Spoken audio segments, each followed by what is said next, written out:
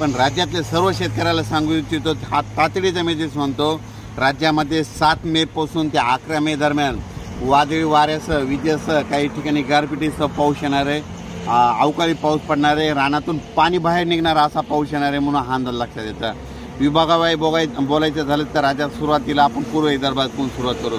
राज्यामध्ये 7 ते 11च्या दरम्यान पूर्व विदर्भामध्ये म्हणजे खूप ठिकाणी शेतातून पाणी बाहेर निघाला असा पाऊस पडणार आहे, विजेचा पडणार आहे, विजा असणार आहे, गारपीट देखील होणार आहे, वारा देखील असणार आहे, म्हणून स्वतःची काळजी घ्यावी। त्याच्यानंतर पश्चिम विदर्भात देखील सर्व शेतकऱ्याला सांगू इच्छितो, 7 ते 11 मे त्या दरम्यान तुम्ही तुमच्या हळद असेल, कांदा असेल काढून झाकून ठेवा, कारण की 7 ते 11च्या दरम्यान जोरदार पाऊस पडणार आहे, ओढे नाले वाहतील असा पाऊस येणार आहे म्हणून हा अंदाज लक्षात येतो। त्याच्यानंतर मराठवाड्याकडे वळू। मराठवाड्यात देखील 7 ते 11 दरम्यान जोराचा पाऊस राहणार आहे, म्हणजे शेतातून पाणी बाहेर निघेल असा पाऊस राहणार आहे। ऊसावाल्यासाठी हा पाऊस चांगला राहणार आहे म्हणून हा अंदाज लक्षात घ्यायचा।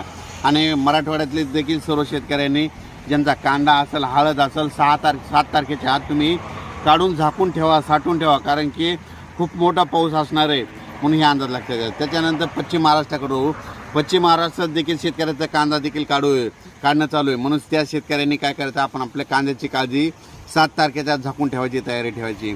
पण हा पाऊस पश्चिम महाराष्ट्राचा शेतकऱ्याला ऊसासाठी चांगला ठरणार आहे म्हणून हे अंदाज लक्षात घ्यायचा। त्याच्यानंतर कोकणात देखील खूप पाऊस पडणार आहे म्हणून हे अंदाज लक्षात घ्यायचा। म्हणजे आतापर्यंत या वर्षीच्या उन्हाळ्यामध्ये म्हणजे मे मध्ये सगळ्यात मोठा पाऊस 7 ते 11च्या दरम्यान असणार आहे म्हणून हा अंदाज लक्षात घ्यायचा। राज्य उत्तर महाराष्ट्रात देखील हा चांगला पाऊस पडणार आहे, कांदे काढणे चालू आहे। शेतकऱ्यांनी 7 तारखेच्या तुम्ही तुमचे कांदे झाकून ठेवा, कारण की 8, 9, 10, 11च्या दरम्यान जोरात पाऊस पडणार आहे, शेतातून पाणी बाहेर निघणार आहे असा पाऊस असणार आहे। काही ठिकाणी गारपीट देखील होणार आहे म्हणून हा अंदाज लक्षात घ्यायचा। वारा देखील सुटणार आहे म्हणून हा अंदाज लक्षात घ्यायचा। मुंबई देखील पाऊस असणार आहे, त्याच्यानंतर मुंबईला देखील पडणार आहे, नाशिक सगळीकडे पाऊस असणार आहे म्हणून हा अंदाज लक्षात घ्यायचा। आता राज्यात एकंदर परिस्थिती सांगायची झाली तर राज्यात 7 ते 11च्या दरम्यान दररोज वेगवेगळ्या भागात 7ला एकीकडे, 8ला दुसऱ्या भागात, 9ला दुसऱ्या भागात, 10ला तिसऱ्या भागात आणि 11 तारखेला चौथ्या भागात असा दररोज एका भागात पाऊस पडणार म्हणून अंदाज लक्षात घ्यायचा।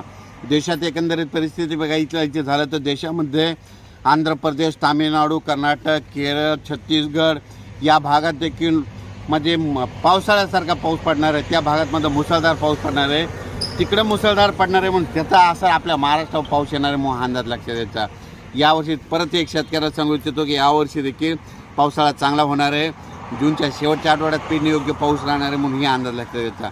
अचानक वातावरणात बदल झाला तर लगेच एक मेसेज दिला जाईल। धन्यवाद।